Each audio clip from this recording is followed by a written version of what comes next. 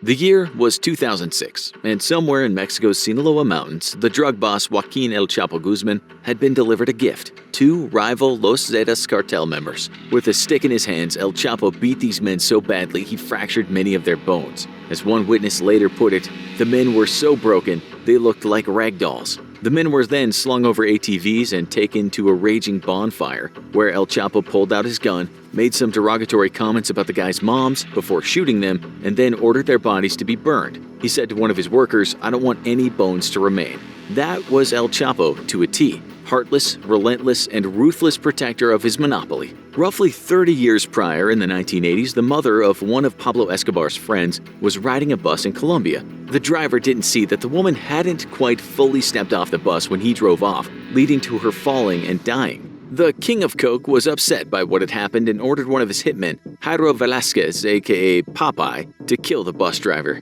Speaking about the incident later, Popeye said, "I found the driver and killed him. I didn't feel anything." We're guessing the man who ordered the hit didn't feel any remorse either. So there you go, just 2 examples of how these famous drug kingpins were quite similar. They both ran zero-tolerance campaigns when it came to anyone that bothered them. And they were cruel and unusual people. And while they shared a lot of similarities, you will also see that they were quite different. Let's start with Joaquin Archibaldo Guzman Loera. That's a bit of a mouthful, so we'll stick with his nickname El Chapo. That translates as Shorty. El Chapo was born on April 4th, 1957 in a rival part of Mexico in the state of Sinaloa. He was poor, dirt poor, and there were many mouths to feed in his large family. His father made his income as a cattle rancher, but it wasn't the most lucrative business to be in. So El Chapo used to sell oranges to get some extra cash. He dropped out of school at a young age and began working with his father full-time. At 15, he started another side business, this time with marijuana instead of oranges, as a means to help out with family finances. And by age 20, he was already working with Mexican cartels. It's what you might call a rags to riches story. Working in the fields, earning $2 a day wasn't for El Chapo. The illegal substances industry was way more lucrative. Escobar has some surprising similarities in his early life. Born Pablo Emilio Escobar Gaviria on December 1st, 1949, he grew up in a small town called Rio Negro, which is about 45 minutes from Medellin in Colombia. His mother, Emilda, was a school teacher, and his father, Abel, was a cattle farmer, just like El Chapo's. Though Escobar's early life wasn't quite as humble as El Chapo's, he was also part of a big family and was one of 7 kids, though his family didn't struggle as much financially. But young Pablo was always around narcotics, specifically marijuana and cocaine, and it didn't take him long to realize the financial opportunity they represented, especially when it was sold to Americans who were quickly embracing cocaine with a passion. Back to El Chapo and his rise to power. First, he worked for a cartel when a number of Mexican drug cartels were part of an alliance formed by one Miguel Ángel Félix Gallardo, aka El Padrino. The Godfather really got things organized and moved enough coke into the U.S. to keep Wall Street bankers partying for the next millennia.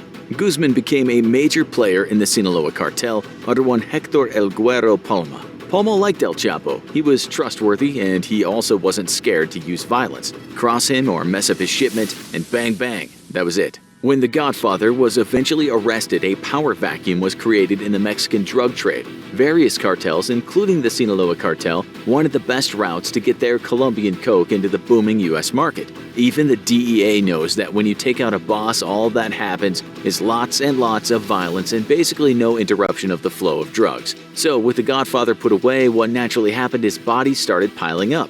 The violence was incredibly brutal. People were getting sawn in half with chainsaws, heads literally rolled in the streets. In 1995, when El Chapo's associate was arrested, he was finally able to take control of the Sinaloa cartel. He was just 38 years old. It was a meteoric rise from the cattle farmer to drug lord.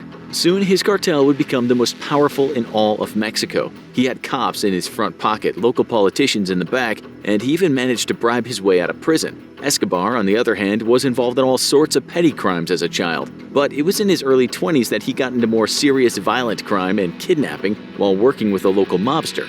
He had a reputation for being a very violent and unpredictable young man. He made a bigger name for himself when he kidnapped a local businessman who had recently laid off many poor workers. His family paid the ransom, but Pablo and his gang killed the man anyway. Pablo soon had his eyes set on bigger profits, and in Colombia that meant one thing: cocaine. He knew you could buy stacks of coca leaves for pennies, turn them into paste, and sell the product to U.S. dealers who were seeing a huge demand for the drug. It was the 1970s, the time of the hippies had ended, and Americans were turning towards disco music.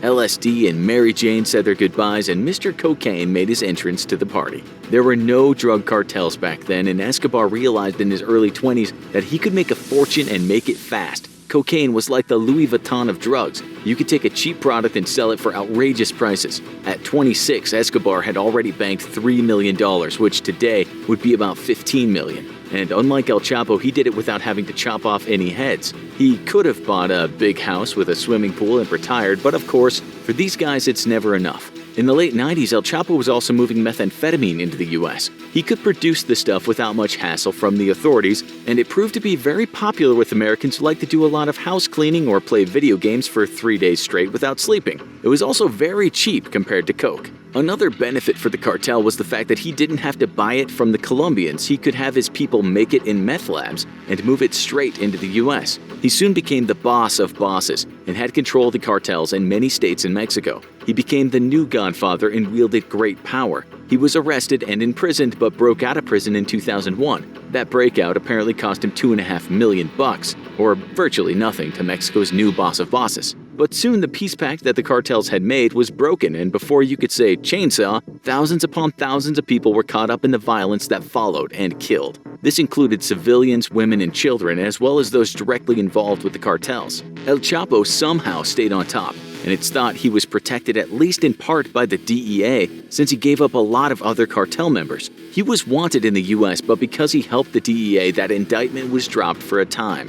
The violence didn't stop, and what happened was one of the bloodiest and most vile turf wars the world has ever seen, with people killed in the most horrific ways. Men were tortured, cut to pieces, beheaded, and in one especially gruesome case, a man's face was stitched onto a soccer ball and sent back to his cartel. As for Escobar, his people were also extreme, and it's thought his gang killed as many as 4,000 people during their cocaine dealing days. They took out leading politicians, lawyers, and even blew up an airplane carrying a presidential candidate, killing 107 people. Escobar's power was greater than anything El Chapo would ever have. He really was the king of coke, whereas El Chapo was more like a very big flash in the pan. Escobar created the business of trafficking cocaine, while the Mexican gangs were merely buying their cocaine or being paid to move it for them.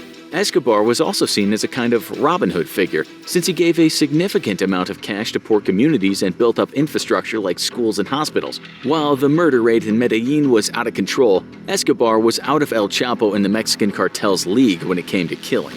Sure, he blew up buildings and made Medellin the murder capital of the world. He killed lawyers and took out around 600 cops, but his level of violence was not close to what would later happen in Mexico. He had so much control he simply didn't have the need to fight off a large number of competing cartels. He was also a master at public relations, and he ran things more like a business than an unruly, bloodthirsty mob. It was simple with him. You take the money, or you take the bullet. The deal he gave to officials was an offer they couldn't refuse, plato o plomo, silver or lead, and it was a very real offer.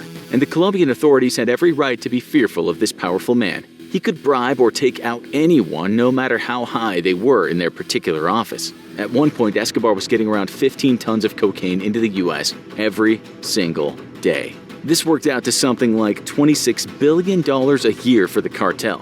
Forbes even put Escobar down as one of the richest men in the world with a net worth of $30 billion. He truly was the king. El Chapo may have been successful, but he was never the king. Or if he was, his kingdom paled in comparison to Escobar's. Escobar was killed in 1993 at 44 years old. At the time of his death, he had more money stashed away than you can imagine. He owned properties all over the world. 25,000 Colombians mourned for their real-life Robin Hood at his funeral. But did the drugs stop moving after Escobar's death? Of course not. They just started getting trafficked by different people, namely the Cali cartel. This cartel also had power in politics and could easily buy off certain law enforcement agencies. One thing that did change is the crime rate and murder rate in Medellin did go down by a lot, but mostly because cocaine now comes out of other South American countries. The stuff is cheap and easy to grow, although the farmers don't make much from it. And that's one reason why the traffickers don't mind getting their shipments stopped. It doesn't cost much to buy from the producers, so if you lose a shipment, it's no big deal. It's as simple as that. The The risks are great, since you might get killed or tortured or imprisoned, but the profits are too good not to do business. El Chapo wasn't killed like Escobar, but was arrested for the last time in 2014 when he was 56 years old. How much cash he had is up for debate. The US has been looking for his money for years and has come up with next to nothing. Meanwhile, reports suggest it cost the US taxpayer billions of dollars to capture this cartel leader, who was simply replaced in a heartbeat. The Sinaloa cartel is still as big as it ever was, with its biggest competitor arguably being the Jalisco New Generation. The DEA is now spending more billions trying to capture the leaders of those gangs, who will only be replaced by a never-ending queue of men ready to take their place. Cocaine use in the US and in many parts of Europe, especially the UK, is on the rise as we speak. So it's likely these men will just continue to get more and more powerful. Since El Chapo's arrest and the power vacuum opened in its wake, Mexico's murder rate had steadily increased and hit an all-time high in 2019. A report released by the Secretariat of Public Security stated that there were over 34,582 murders in Mexico that year, and in March 2020, the highest number ever of homicides was reported, 2,585. Why compare these two world-famous drug lords? Well, one reason is so that you can see that the war on drugs will never end and can't be won. And another reason is to show you that El Chapo was just one guy in the game. He was replaced, and some other guy will probably get some media attention soon. He'll become the #1 outlaw and scapegoat for something that's much bigger than him. As for Escobar, well, sure, he's been replaced, but let's remember one thing. He started the game. He was no flash in the pan. He was the very fire that ignited decades of cocaine use and abuse in the USA and across the world. Now go watch this. Hotel Escobar, the luxury prison Pablo Escobar built for himself.